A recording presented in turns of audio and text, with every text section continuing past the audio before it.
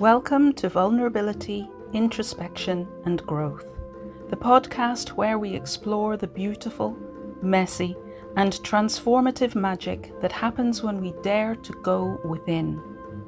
I'm your host, Robin Harris, and in each episode we'll dive into real, honest stories from people who've faced their fears, embraced their vulnerabilities and discovered unexpected growth in their personal lives, careers, or businesses.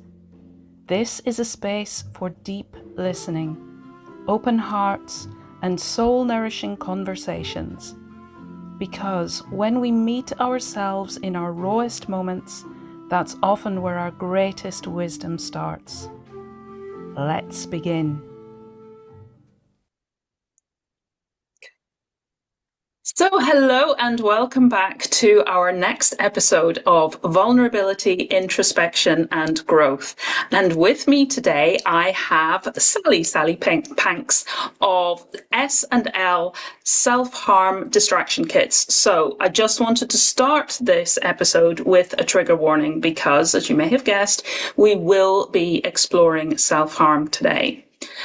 And Sally and your business, you are a not-for-profit providing practical resources and support for individuals affected by self-harm.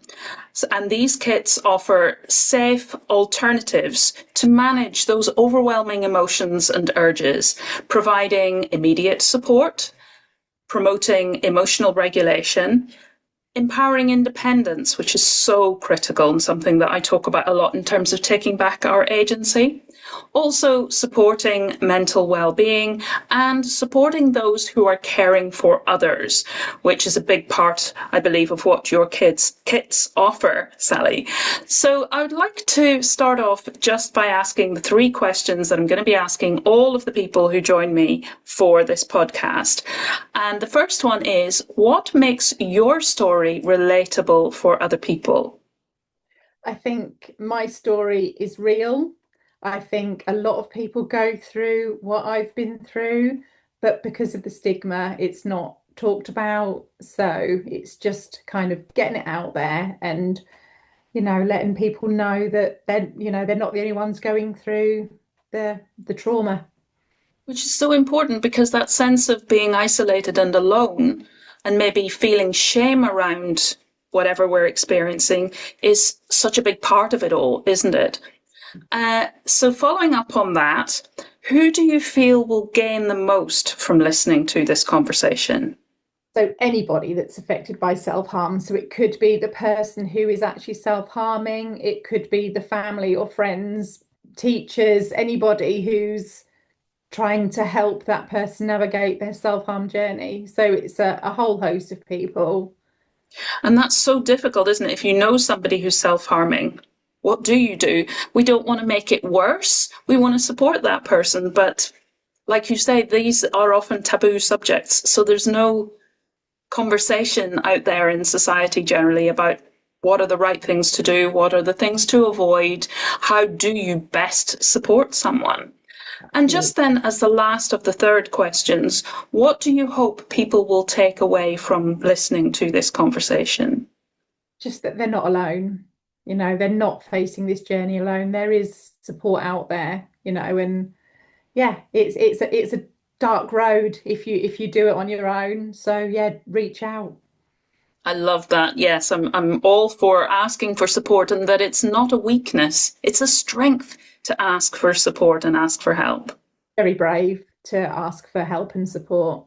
Yeah. And there are so many people, I'm sure, out there who want to offer support, all those around. So the family, like you say, the teachers, anybody else around that person, they're probably going to want to offer some support and help.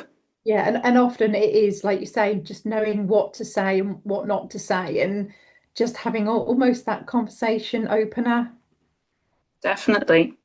So, in as much as you feel comfortable, can you tell us a little bit about where vulnerability, introspection, and growth has impacted on your own life? What kind of things have you experienced that led you to where you are now, to doing what you do? When my daughter was 11, I received a phone call from the head teacher of a primary school informing me that she was self-harming in the changing rooms at school.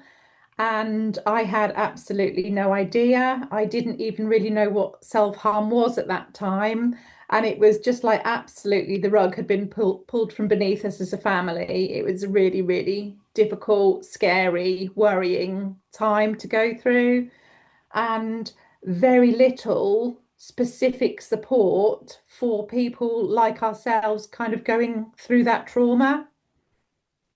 So I get why you focus on not just the person themselves, but the teachers and the parents and the family, because they're the ones who maybe are spotting the signs.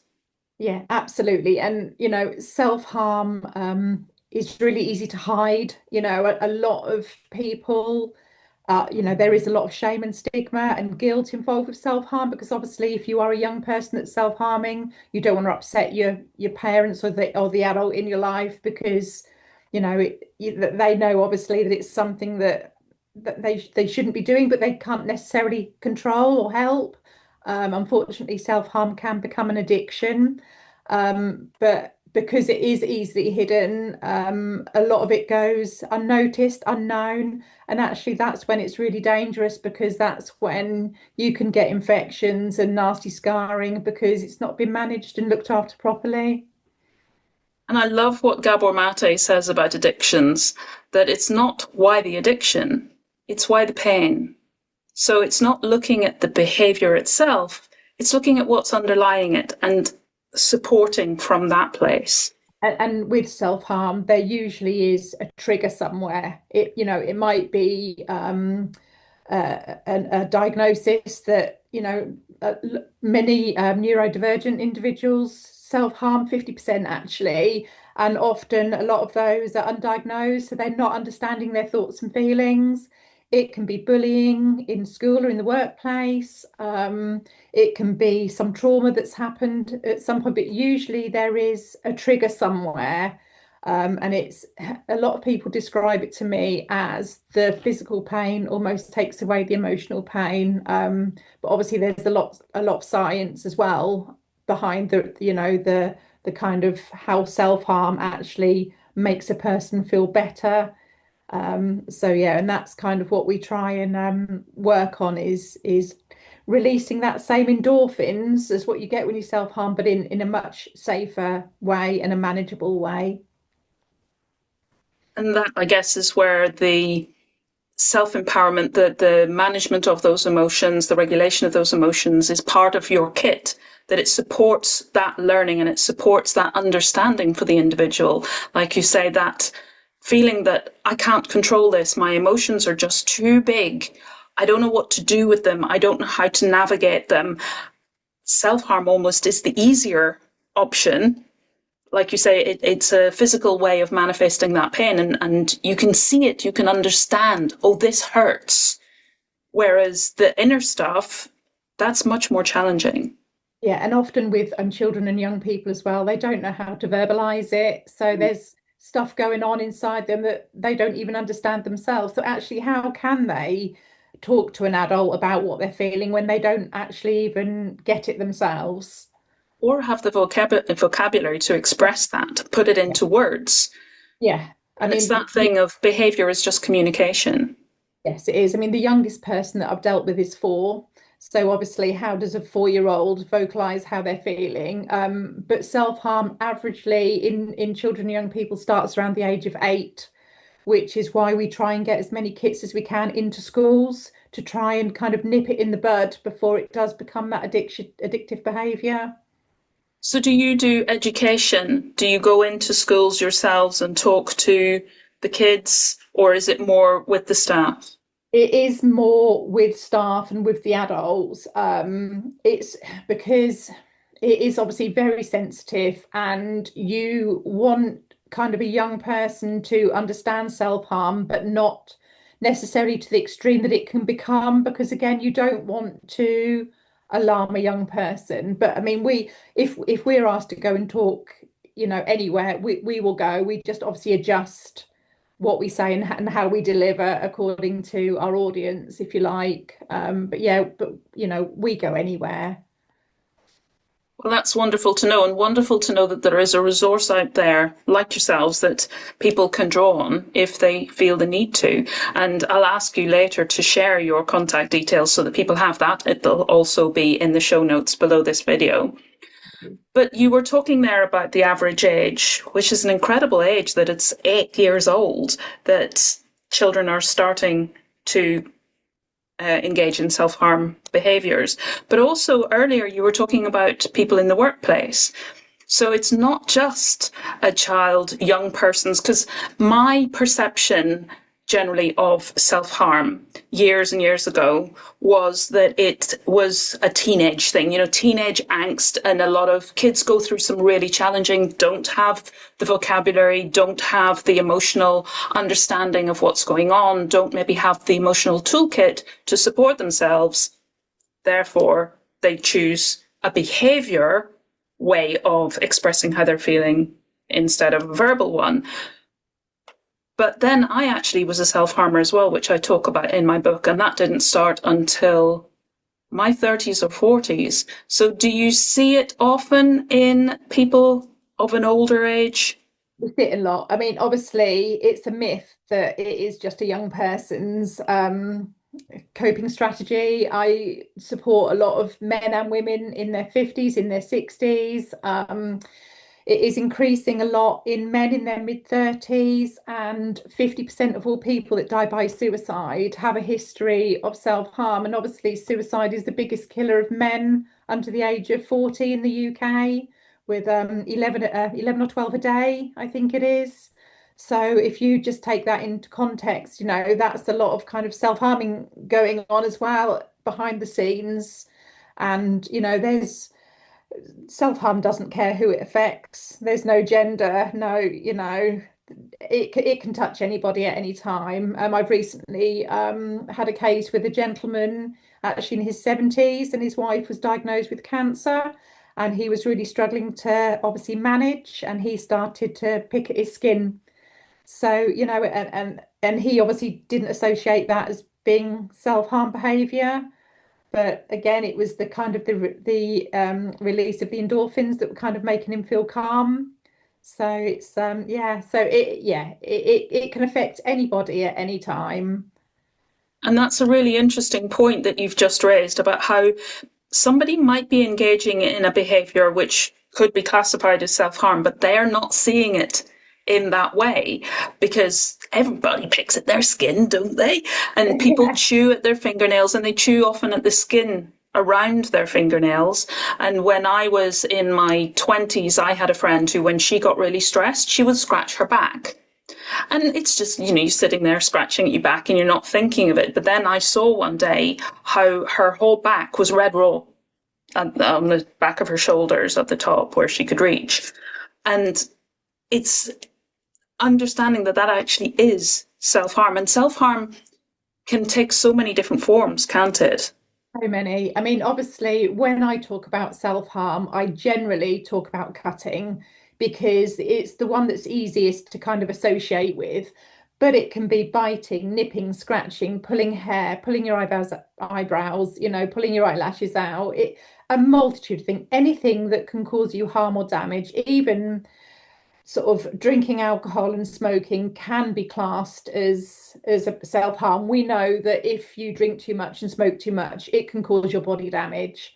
So indirectly, it is a form of self-harm. And yeah, the list is endless, but I always just say the definition to me is if it's going to cause you damage or harm or pain, then it's self-harm. And that's very similar to what Gabor Mate would say about addiction. When it causes you harm, but you can't control, step away from, not engage with, even though you know it's causing you harm. And as well as smoking, so cigarettes and alcohol, food is another one Of course, that yeah, we often, and exercise, that yeah. we might, those are two things that are part of a healthy lifestyle, but we can actually turn them around and use them to beat ourselves up, to punish ourselves, to cause ourselves harm. and many, particularly females, actually more so, that self-harm often have alongside that the eating disorders as well. So yeah, I mean, obviously it can happen in males as well, but more commonly in the females of, out of my experience of who I've been supporting. But yeah. So we understand now why you came to create your kits and why they are so important, and all that you share, your education and your support for the members of staff, for the parents and so on. What would you say helped you most as a parent when you got that phone call from the teacher and heard what was happening for your daughter? I mean, because obviously it happened at school, it was safeguarding. So we did have family support and social services obviously come into our family home and work with us. Just obviously check that she was in a safe environment. And it was one of those that said to me, Sally, you need to put a kit together for her. But at that time, when you're going through that trauma and that upset, you just have no idea where to start. What do I need?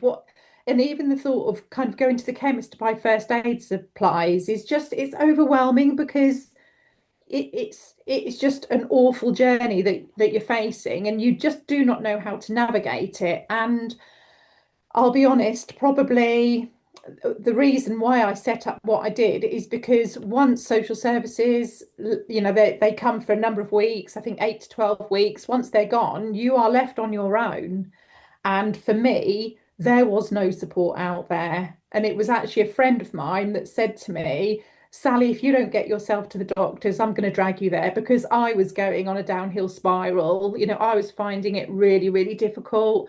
So I did go to my GP and I got put on antidepressants, which actually was for me really helpful. I'm not on them now. I've managed to, come off, but at the time I definitely needed them. And I now say to people as well, like, you need to look after yourselves too, because you cannot look after your young person if you're broken. And I was at the point where my self-care had gone. I wasn't getting dressed. I wasn't leaving the house. And yeah, I wasn't a good mum because I wasn't coping. And I think then after I came up with the ideas of the kits, which was probably about 18 months into the journey, because I thought there must be other parents trying to navigate their journey, they almost saved me because it gave me something to focus on and, like getting them right. And I've got ADHD, so I can hyper focus, so that, that really did give me something to focus on and to make sure everything in the kit was perfect and safe, and they were fit for purpose as well. Obviously, like, a lot of research and the science and the theories went in behind the making of the kits as well. But yeah, that they saved me. Yeah, I love that you say that, because although they saved you in the creation of them, having created them and offering them to others, then that gives them something. That kind of life raft. What can I do? What can I do? I've no help. I've no knowledge of how to navigate this. Actually, there is a place that I can go to get what I need, not just for the person I'm supporting, but for me. Because again, it's empowering the person you're supporting, but it's also empowering yourself as the parent or the teacher or the caregiver. And that thing of mum guilt. What Oh, did I miss? huge. What what Yeah, what have I not done right? What have I done wrong? yeah, And yeah. not just mum guilt, obviously parental That guilt. that was massive for me. Why couldn't she come with me? Why has she done this? What have I done wrong? But what I say to other parents is it's not about us. It's about them. Let's try and navigate what their need is right now, and I think every parent, whatever they go through, have mum guilt, don't they? So, even if your child goes through life almost trouble free, if you like, you Yeah. still, I could have done this better. Why did I do that? So I think mum guilt, parent guilt, dad guilt, it is a natural part of parenthood. But yeah, it's just understanding that it's not bad parenting. I'm not No. a bad parent. It was her unmet needs that I was unaware of. And there are things in our own past that maybe mean that we don't know. And also, like you say, it's not talked about in society. No, It's not something that you expect. no. And like I So, said, self-harm is really easy to hide, yeah. especially if a child is wearing a school uniform. They've got a shirt, long sleeve shirt, a blazer. If it's their arms that are affected, their thighs, you just don't see it. And when your child gets to a certain age, they're independent, they wash themselves, they bath themselves, they shower themselves. If there are They any don't wounds, want you around. no, and so you just don't see it, Yeah. And of and course, that's what the child chooses as well. They're not going to choose a place that's easily visible. yeah, and and that is the thing. Like a lot of people say to me, "Oh, is it attention seeking?" And the answer is an absolutely not. And usually self-harm is found by accident. Yeah. And you were saying about the shame involved, shame not just Yeah. for the person who's engaging in the behavior, but as a parent. And why that's again why it's so difficult to reach out and ask for support, because you don't want to out your child, but you don't want to out yourself as a parent either. But like I say, self-care and looking after yourself Mm. as a parent is just so important, and getting that support because it's hard on your own. It's not manageable. No. And the knowledge that when you reach out and ask for support and get that support, you're role modeling that for your child to show it's okay. We can talk about this. We can ask for support. We get support when we ask for it, and it works. What I find as well with the kits is, I mean, like as a non-self-harmer, the last thing I would do if I was struggling was hurt myself. I would contact friends, I would go to the GP, I would go to counselling. Self-harm is not something that I would ever even think to do. So, as a non-self-harmer, it is really difficult to understand. So, having a kit can almost just be that kind of, I don't understand, but I'm trying to support you. And that can be massive for a young person just to receive that non-judgmental action that, as a parent, I'm trying, and that can be huge as well. Enormous, beyond what we can fully comprehend. I'm sure there must be so many layers within that. And it's not just, I'm trying to understand, I'm here, I'm doing my best to support you. It's that I'm listening. I'm hearing that there's something that you're struggling with, and I'm going to be here with you through that, which is massive. And also, like, some young people, I mean, we're talking about young people, it could be anybody, but, I'm kind of referring to my story. My daughter would never talk to me about how she was feeling. I don't know whether it's because she couldn't vocalize it or whether she just didn't want to because she was afraid of upsetting me. So a lot of the time she would text message me and say, Mum, I'm struggling. And we also had like a little code where if she needed some support, maybe she had sort of cut and needed some more first aid, or she was just in a bad place, she would move the ornament on my mantelpiece. So if that ornament was moved, I knew that I had to go and kind of check in on her. So it can just be something as simple as that. It's like, Mum, I'm struggling, and I just need you to know. And sometimes just having your parent knowing is enough. You don't feel so alone, do you? And taking away that need to put it into words, because and you were saying earlier that autistic children are even higher on the risk factor for self-harm. So if you are struggling with emotions and you're struggling with being able to put them into words, then having that way of just saying, just waving the flag kind of thing, that little white flag to say, I'm struggling right now. I could really do just with you being here, Yeah. just with you knowing that Yeah. I'm in a tough place. And sometimes all your child wants is you to just sit in the room with them. You don't even Yes. say anything. It's just No. be there. Just be there for them. And it's not down on the parent, the teacher to fix anything, is it? It's No. just be there and to give that child the space and the acknowledgement and the recognition that yeah, life is tough sometimes, and that's okay that you're struggling. And it's almost like, having that young person know that you're not going to get angry, you're not going to get upset, you're not going to judge them, which is really difficult when you're going through it. I mean, I can remember in the early days when I just found out, I went into her bedroom and said, please stop, please. And I started to cry and she started to cry. And what I know now is that was almost the worst thing I could have done because, like we've talked about before, they carry so much guilt and self-loathe that actually you're burdening them more with your emotion and they're carrying that extra load then. So, what I say to parents is just try not to be emotional about it. It's really hard, but the more you can just be kind of matter of fact about it is more helpful to that person who is self-harming because, like I say, they're carrying enough. But at the same time, you care.